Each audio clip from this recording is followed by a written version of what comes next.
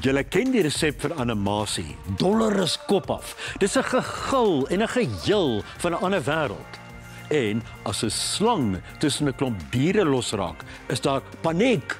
Voeg hierby die vaardigste stemme in die bedryf en jy het 'n dieresirkus wat net dus kan chaos bly.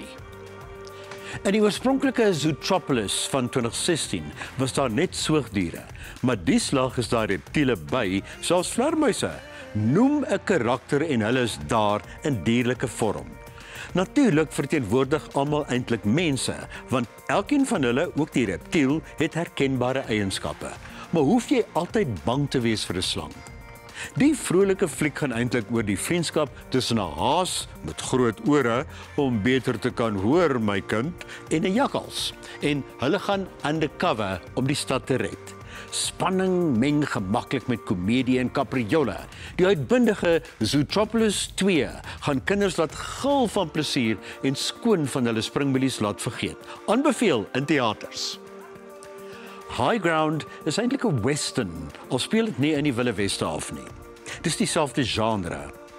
'n Geheimsinnige prisonier, Charlie Webber, beland in 'n tronk, maar het hy 'n houding en hy waarsku die sheriff om hom dadelik vry te laat. Die man steur hom nie verder aan die vent nie, tot sy nadeel. Die spanning hang sommer dik oor High Ground, 'n fliek op televisie, want die dreigement is, as die geheimsinnige gevangene nie vrygelaat word nie, gaan die polisiestasie beleer word en daarna word die hele dorpie vernietig. Wie is hierdie geheimsinnige skurk agter tralies? Die fliek huk en sluk 'n bietjie aan die begin, maar as die aksie eers losbars, is daar nie keer nie. Dis 'n Sondagmiddagfliek vol booswigte wat onoorwonne blyk te wees, tot hulle die macho, gesaghebbende sheriff ontmoet. Dan spat die koels. High Ground is 'n gemiddelde skiet en skop aksiefliek op Showmax. Jy kan hierdie resensies op Ontbytsake se webtuiste lees. Volgende week beland manne op 'n boot wat omslaan en hulle moet oorleef in Not Without Hope.